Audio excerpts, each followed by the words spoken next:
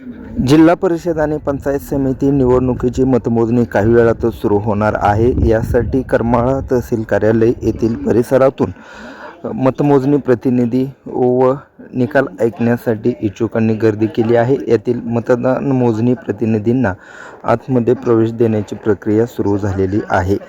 करमाळा येथील जिल्हा परिषदेच्या 6 गटासाठी आणि 12 गणांसाठी ही मतमोजणी होणार असून करमाळा शासकीय गोदाम येथे ही मतमोजणी प्रक्रिया सुरू होत आहे. येथील स्ट्रॉंग रूमची उघडणी देखील आता करण्यात आलेली आहे. निवडणूक निर्णय अधिकारी अनिल कारंडे यांच्या उपस्थितीत व उमेदवार प्रतिनिधी व काही उमेदवारांच्या समोर येथील स्ट्रॉंग रूम खोलण्यात आला आहे.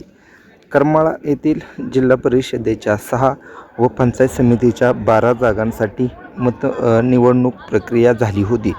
त्याची मतमोजणी आज सोमवारी 9 तारखेला सकाळी 10 वाजल्यापासून सुरू होणार आहे.